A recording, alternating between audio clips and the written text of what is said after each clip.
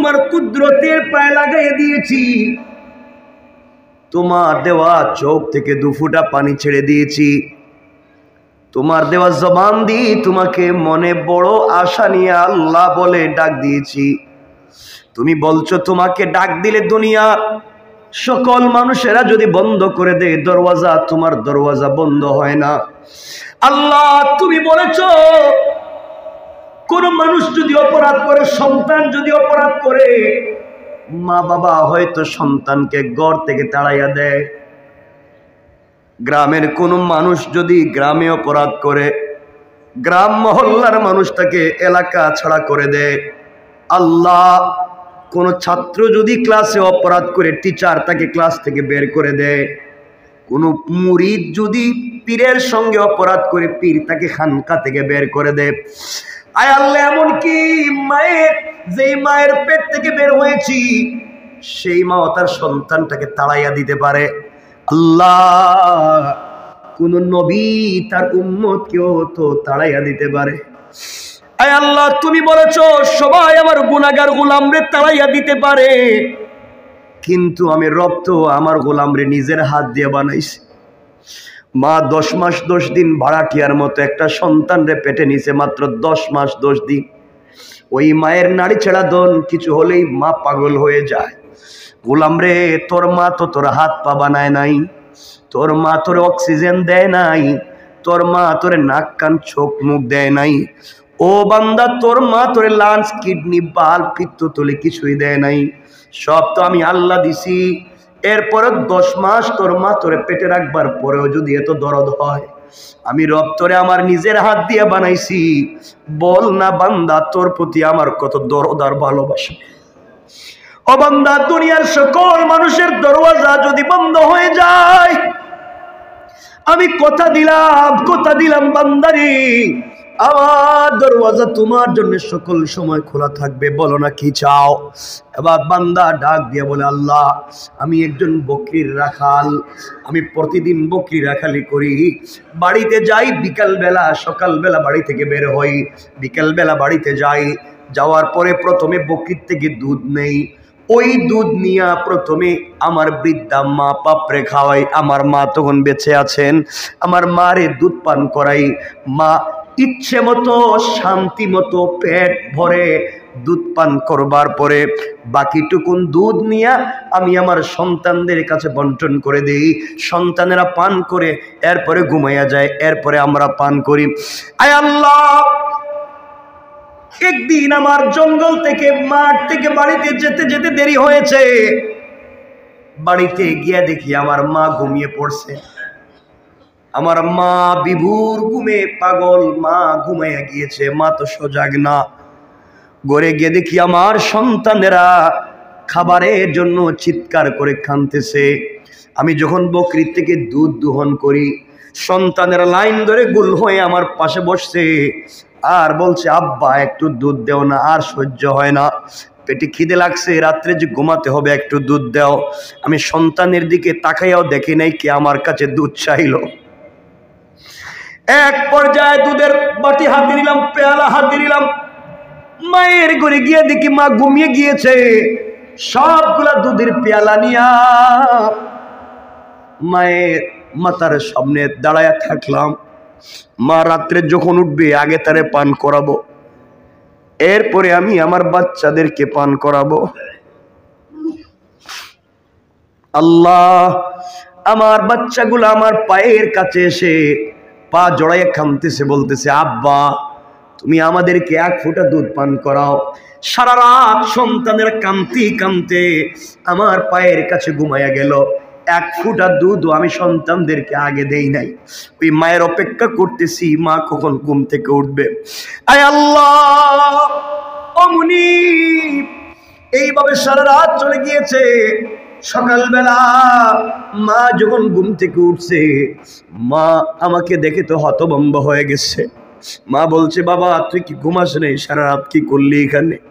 মা আগেই তুমি ঘুমিয়ে গিয়েছো, তোমাকে দুধ পান করাতে পারি নাই, এই জন্য সারা রাত এখানে দাঁড়াইয়া দাঁড়াইয়া দুধের পেয়ালা হাতে নিয়েছিলাম, তোমার যদি ঘুম ভাঙ্গে আমি তোমার আগে দুধ পান করাবো।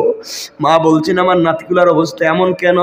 মা ওরা তো আমার কাছে আসছিল এক ফোঁটা দুধ পান করতে, আমি কিন্তু ওদেরকে আগে দেই নাই, আগে বলছি আমার মা, এরপরে তোমরা।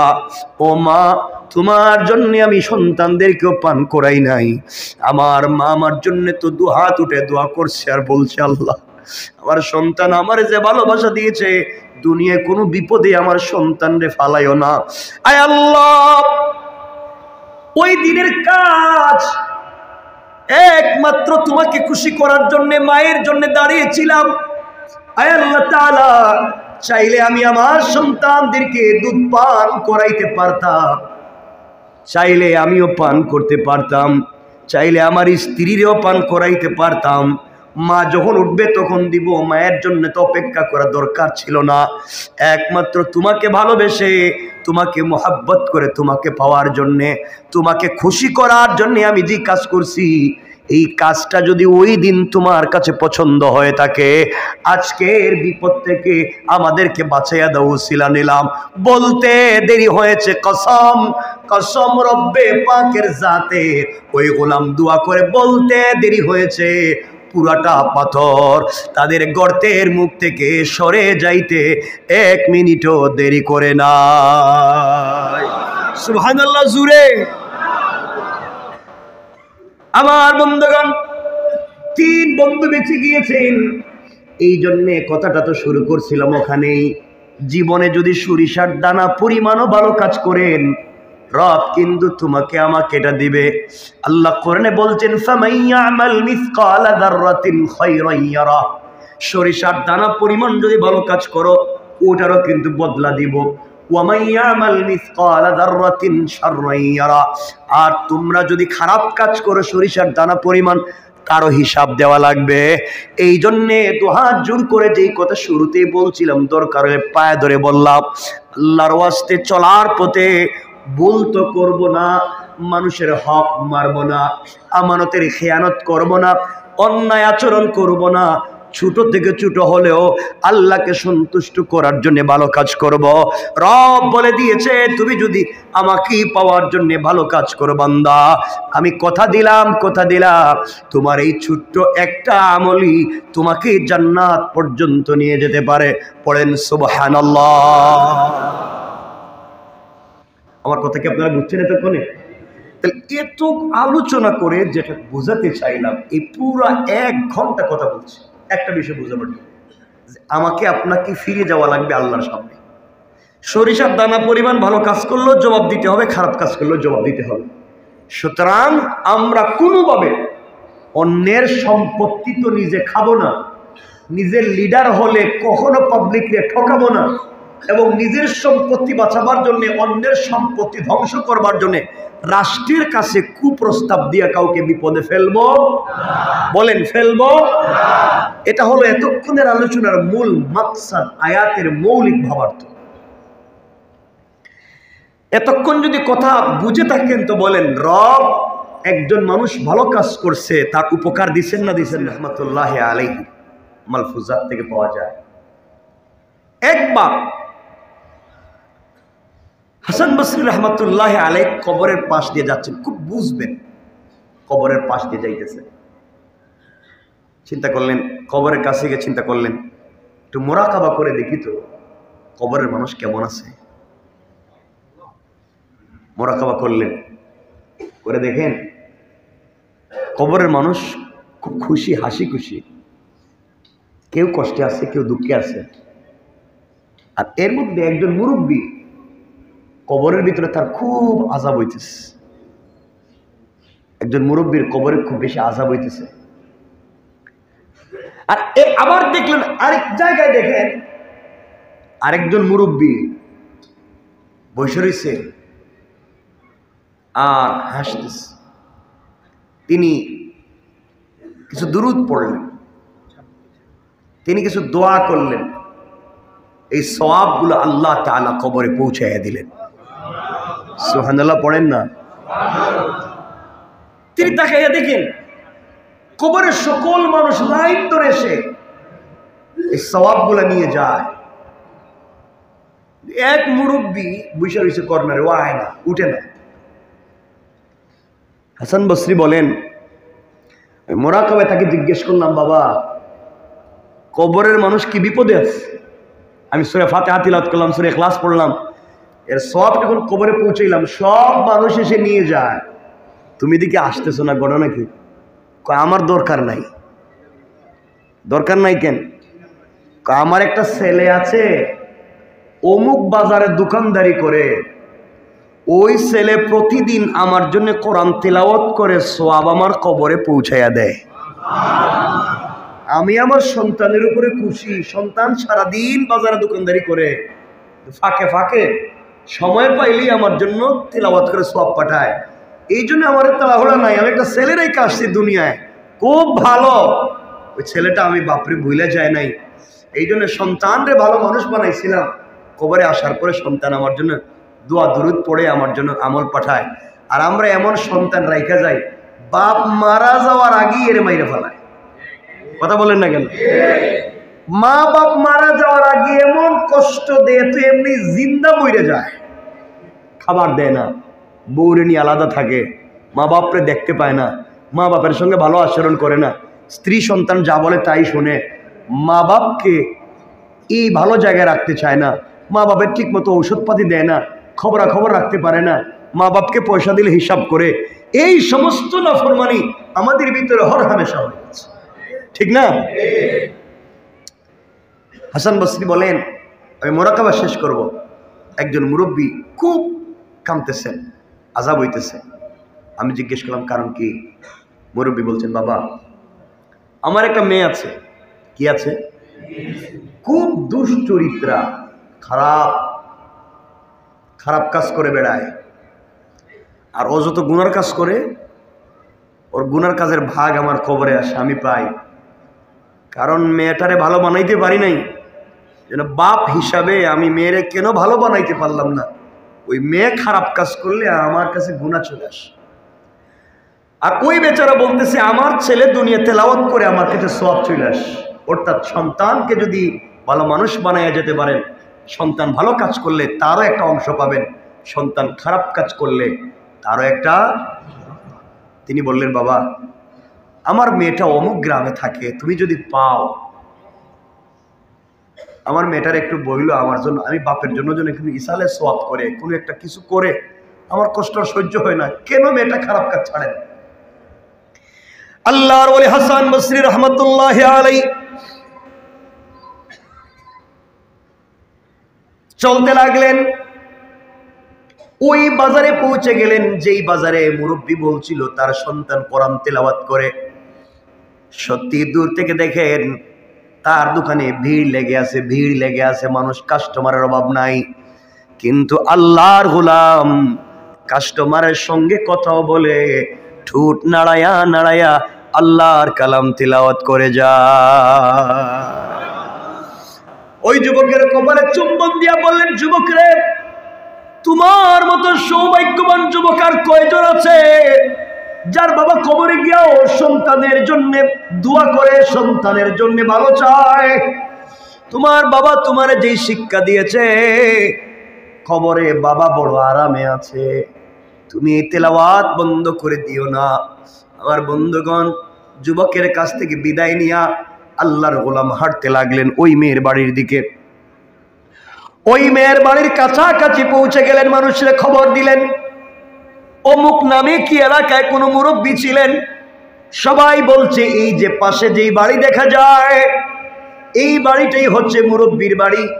আল্লাহর ওলি হাসান আল বসরি রহমতুল্লাহ আলাইহি আস্তে আস্তে করে মুরব্বীর বাড়ির কাছে পৌঁছে গেলেন। গিয়া দেখেন বাড়ির ঘরের ভিতরে কেউ নাই, একটা যুবতী মেয়ে পুকুরের মধ্যে অথবা একটা হাউজের মধ্যে এসে গোসল করে। হাসান আল বসরি ডাক দিয়া বলছেন, মা অমুক কি তোমার বাবা হয়? আমার বাবা, তিনি মরে গেছেন না বেঁচে আছেন? অনেক দিন আগে তিনি মরে গিয়েছেন। মারে, আমি হাসান আল বসরি বলছি, মুরাকাবা করে দেখছি তোমার বাপের বড় কষ্ট হয়, বড় আযাব হয়। কবরের ভিতরে তোমার বাবা বড় কষ্টে আছে, তুমি কি চাও না তোমার বাবার জন্য কিছু উপকার করতে চাও না? তোমার বাবার জন্য কিছু একটা দোয়া করো, অথবা সম্মিলিতভাবে মানুষকে দিয়ে দোয়া করাও, তোমার বাবার কোনো কল্যাণ করো। বাপ তো বড় কষ্টে আছে। মেয়েটা বাপের কষ্ট শুনবার পরেও অট্ট হাসি দেয়, টিটকারি করে। এই কথা বলে বলছে, আমি আবার কেমনে বাপের উপকার করব? আমার দ্বারা হবে না। ওই বাপরে আমি কেমনে করব? আমার জীবন, আমার যৌবন, আমি যেভাবে মন চায় সেভাবে চলবো, আমি কেন তার জন্য উপকার করতে যাব? ও হাসান আল বসরি, আপনি বলেছেন আমি যেন গুনাহ ছেড়ে দেই। আমি কিসের গুনাহ করি? আমি তো জীবনটাকে এনজয় করি। আপনার আবার কি আসে যায়? আমার বাবারই বা কি হয়? জীবনটা তো আমার, আমার যা মন চায় তা করব। মনে রাখবেন, একজন নারী যদি জাহান্নামে যায়, 4 পুরুষরে নিয়ে জাহান্নামে যাবে। আবার বলছি, একজন নারী যদি জাহান্নামে যায়, 4 জন পুরুষরে নিয়ে জাহান্নামে যাবে। নারী যদি জাহান্নামে যায়, তার বাপরে নিয়ে যাবে। নারী যদি জাহান্নামে যায়, তার স্বামীরে নিয়ে যাবে। নারী যদি জাহান্নামে যায়, তার ভাইরে নিয়ে যাবে। নারী যদি জাহান্নামে যায়, তার সন্তানরে নিয়ে যাবে। কেন সন্তান তাকে ভালো পথে রাখলো না? কেন ভাই তাকে ভালো পথে রাখলো না? কেন স্বামী তাকে ভালো পথে রাখলো না? কেন বাবা তাকে ভালো পথে রাখলো না? এই জন্য এক নারী জাহান্নামে গেলে 4 পুরুষ জাহান্নামের জন্য প্রস্তুত হও। আল্লাহ রাব্বুল ইজ্জত ওয়াল জালালের ওলি হাসান আল বসরি যখন মেয়েটাকে বললেন, মেয়ের কাছ থেকে ভালো উত্তর পেলেন না। এক পর্যায়ে মেয়েটা টিটকারি করে ওই পুকুরের ভিতর থেকে পানি দিয়া হাসান আল বসরির উপরে ফিকে মারছে। হাসান আল বসরির মুখের উপরে পানি মারছে, কয় নেন আপনি পানি নিয়ে যান, এই পানি দিলাম, যান আপনি আমার বাবার জন্য কি উপকার করতে পারি? আমি আমার বাপের জন্য কোনো উপকার করতে পারবো না, এই বলে পানি মারছে। হাসান আল বসরি বড় কষ্ট পেলেন। কিছুদিন পরে আবার মুরাকাবা করলেন। ওই কবরের পাশ দিয়ে যাওয়ার সময় আবার তিনি মুরাকাবা করলেন। করে দেখেন, যেই বেচারা এতদিন ওই কবরের কর্নারে বসে থাকতো, গুরুস্থানের আসতো না, সোয়াবের জন্য আসতো না, আজ দেখা যায় সবার লাইনের আগে, সবার আগে আইসা দাঁড়াইয়া গেছে। হাসান আল বসরি যা তিলাওয়াত করছেন, তার সোয়াবটুকুন কবরে বক্সাইয়া দিলেন। ওই আল্লাহর গোলাম নেওয়ার জন্য দাঁড়াইয়া আছে। তিনি বললেন, বাবা ওই দিন না আপনি সবার পিছনে ছিলেন, বসা ছিলেন, আসলেন না, আজ কেন আপনি সবার আগে আগে আসলেন? আল্লাহর গোলাম চুকের পানি ছেড়ে ডাক দিয়ে বলছে, হাসান আল বসরি, ওই দিন আমি আসিনি, আমার সন্তান দুনিয়ার জমিনে বেঁচে ছিল, আমার জন্য তিলাওয়াত করে সোয়াব পাঠাইছে। গত কয়েকদিন আগে আমার সন্তানটাও মরে গেছে, এখন কেউ আর আমার জন্য তিলাওয়াত করে সোয়াব পাঠায় না, এই জন্যে আমার জন্য আর কেউ নাই, ওই জন্যে আমিও লাইনে দাঁড়াইছি। ও বাবারা, এই জন্য সন্তান রে ভালো মানুষ বানাইয়া যাও, অথবা অন্যের সন্তান হাফিজ আলিম বানাইয়া যাও, অথবা মসজিদ মাদ্রাসার সঙ্গে সম্পর্ক রেখে যাও। একটা মসজিদের সঙ্গে একটা ইটের টুকরা দিয়েও যদি সম্পর্ক করতে পারো, কিয়ামত পর্যন্ত কবর থেকেও সওয়াব পাইবা। একজন গরিবের বাচ্চারা যদি হাফিজ আলিম বানাইয়া যাইতে পারো, ওই হাফিজ আলিম থেকে পৃথিবীতে যতদিন পর্যন্ত আরো হাফিজ আলিম বনবে, আর কোটি কোটি মানুষ হবে, সবার কাছ থেকে তুমি সওয়াব পাইবা। সুবহানাল্লাহ পড়েন না?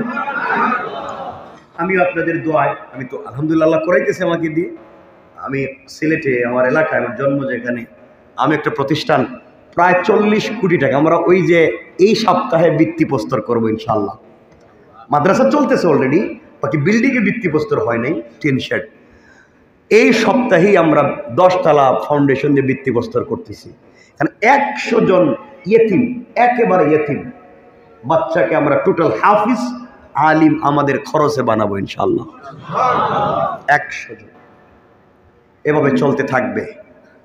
আমরা নিচে মসজিদ করতেছি 2 তলা পর্যন্ত, উপর থেকে মাদ্রাসা করতেছি, মহিলাদের জন্য আইটি করতেছি, কারিগরি করতেছি, মহিলাদের জন্য এবং বাচ্চা পুরুষের জন্য আমরা একটা মিক্স, আমরা একটা ভালো ব্রিটিশ কারিকুলামে আজহার এবং মদিনার আদলে একটা ইংলিশ মিডিয়াম ইন্টারন্যাশনাল একটা মসজিদ, মাদ্রাসা এবং স্কুলকে একীভূত করে একটা শিক্ষা সিলেবাস তৈরি করতেছি। আল্লাহ যেন কবুল করেন, দোয়া করবেন। এটা এই শহরে করার ইচ্ছা ছিল এবং এই শহরেই করতে চাইছিলাম এবং শুরুও করেছিলাম। আল্লাহ চাইলে এই শহরেও আমাকে দিয়ে খুব তাড়াতাড়ি আমরা করে ফেলবো ইনশাআল্লাহ। ইনশাআল্লাহ। এই মসজিদও তো মাদ্রাসা আছে না? নাই? চমৎকার একটা মাদ্রাসা আছে। কতগুলো বাচ্চা এখানে পড়ে, আমার খুব ভালো লাগে। বাচ্চাদের পড়া খুব ভালো লাগে, ওরা তো গুণা নাই তো, এজন্য ওদেরকে সময় দিবেন, মাদ্রাসার দিকে খেয়াল রাখবেন, জীবন উল্পাল্টে যাবে। মাদ্রাসার দিকে খেয়াল রাখবেন তো ইনশাআল্লাহ সবাই। আমার বন্ধুগণ, কত লম্বা হয়ে যাচ্ছে। আল্লাহর ওলি বুঝলেন ওই বেচারার ছেলে মারা গিয়েছে, এই জন্য আর সওয়াব পাঠায় না। হঠাৎ করে তাকাইয়া দেখেন ওই দিন যেই মুরব্বী লাইনে সবার সামনে ছিল, আজ দেখা যায় জান্নাতের গালিচায় বসে বসে জান্নাতি ফল খেয়ে যায়। আশ্চর্য হলে বড়, মেয়ে তো জিনাকারী, ওই মেয়েটা তো আমার পানি দিয়ে টিটকারি করছে, ওর বাবা কবরে তো শান্তি পাইল কেমনে জানতে চাই। জিজ্ঞাসা করে, বাবা তুমি আজকে কবরে তো শান্তি কেমনে? তোমার মেয়েরে তো বলছিলাম। আপনি আমার মেয়েরে বলছিলেন, আমার মেয়ে আমার জন্য এত বড় ভালো কাজ করছে, ওই ভালো কাজের উসিলায় আল্লাহ আমাকে মাফ করে জান্নাত দিয়ে দিয়েছে। আল্লাহর ওলি বলেন, না না, তোমার মেয়ে কোনো ভালো কাজ করে নাই। কই, আমি বলার পরে আমার এনে টিটকারি করছে। তোমার মেয়েটাকে তো কোনো ভালো কাজ করতে দেখলাম না, তো জিনাকারিনী। আল্লাহর ওলি মুরাক্কাবায় গিয়ে দেখেন ওই মেয়েটা টিটকারি করে, মস্করা করে, এক হাতের মধ্যে পানি নিয়া, এক মুষ্টির মধ্যে পানি নিয়া হযরতে হাসান বসরির উপরে যে মাছ ছিল ওই পানিটা জমিনে পড়ছে। জমিনের ফাঁকা ছিল, ফাঁকার মধ্যে অনেক দিন থেকে একটা ব্যাঙ হা করে দিকে তাকাইয়া বলছে, আল্লাহ তুমি কি বৃষ্টি দিবা না? তুমি কি আমারে পানি পান করাইবা না? আমি যে মরে যাই, কোন দিন মরি কেউ খবর রাখবে না। আল্লাহ তুমি কি আমাকে একটু পানি পান করাইয়া তো মারবা? ওই সময় ওই বেজে হাসান বসরির উপরে পানি মারছে, ওই পানিটা গিয়া ব্যাঙের মুখের মধ্যে পড়ছে। আল্লাহু আকবার, জোরে বলেন না। ব্যাঙ ওই পানি পান করে চিৎকার করে বলছে, আল্লাহ যে আমারে পানি পান করাইয়া বাঁচাইলো, তার কেউ যদি কবরে থাকে, আল্লাহ এর ওসিলায় তারে মাফ করে জান্নাত দিয়া দাও। আল্লাহ ওই দুয়ারে কবুল করছে, এই জন্য আল্লাহ আমার মাফ করে দিয়া জান্নাত দিয়ে দিয়েছে। পড়েন সুবহানাল্লাহ। অনেক কথা হয়ে গেছে, আর কথাকে লম্বা করতে চাই।